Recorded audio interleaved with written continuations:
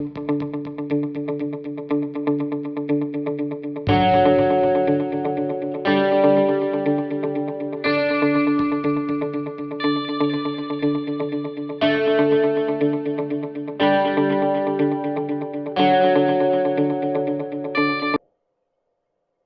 what God has done is God has designed these creatures to adapt to their environment within a kind.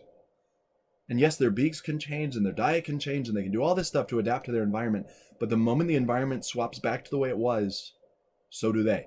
And so what we would, based on that evidence, what we would see is if the giraffes really did have some genetic trait that would allow them to grow a longer neck, which we don't see that. But if we did, you'd have to develop the extra long blood vessels and the extra brain layers and all of the stuff that goes along with it. It's not just adding length to the neck. But what we would expect to happen based on the evidence, such as the Galapagos finches, is we would expect them to go back to the median right after that, the mean, right after that was all done. Again, it's what you would expect to see. Again, he says this: the idea illustrates in simplified fashion how changes in the environment can select for well-suited genes surprisingly quickly. Again, as we talked in detail, there are times where there are genes that are helpful, but they are buried in the recesses, and only certain environmental conditions are going to bring those genes out. Again, he says you can't stretch your own neck to give your kids long neck. You have to have long neck genes or longer neck genes, and they have to make it into your offspring. Again, where do those genes come from? Where do they come from? Where do you suddenly spawn long neck genes? And again, he says, while we're talking about giraffes, there's another markable and vital point to be made about evolution. And he says it's not the survival of the fittest, it's the survival of the good enough. It is an unfortunate linguistic happenstance that survival of the fittest sounds so good, because random natural variation does not produce perfectly fit individuals, nor does it need to. Now, when I come back in a future episode, I do want to talk about this idea of survival of the fittest is not.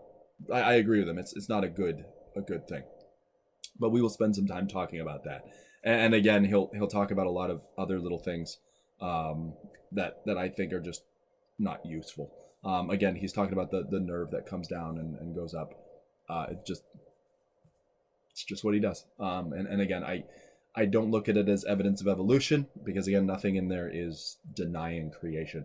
Again, he says, evolution happens as each generation of living things interacts with its environment and reproduces. Lamarck got at least that part right. Those natural designs that survive to reproduce pass on their genes. Those that don't successfully reproduce disappears. Their genes disappear as well. It's survival of the hang in theirs, or the made the cuts, or the just good enoughs, but it's not survival of the fittest. So guys, I hope you have enjoyed this chapter of Bill Nye's Undeniable. That was chapter 7. Next time I want to talk a little bit about this idea of the survival of the fittest, because again, I think there's some red herrings buried in there, and we'll talk about it in brief next time. And so guys, again, if you would like this video, subscribe for more, hit that bell icon, that'll help me out, let you know when videos pop down. And this has been a continuation of Creation Week. And I hope you guys enjoyed the material. And I will see you next time here on the Janus Project.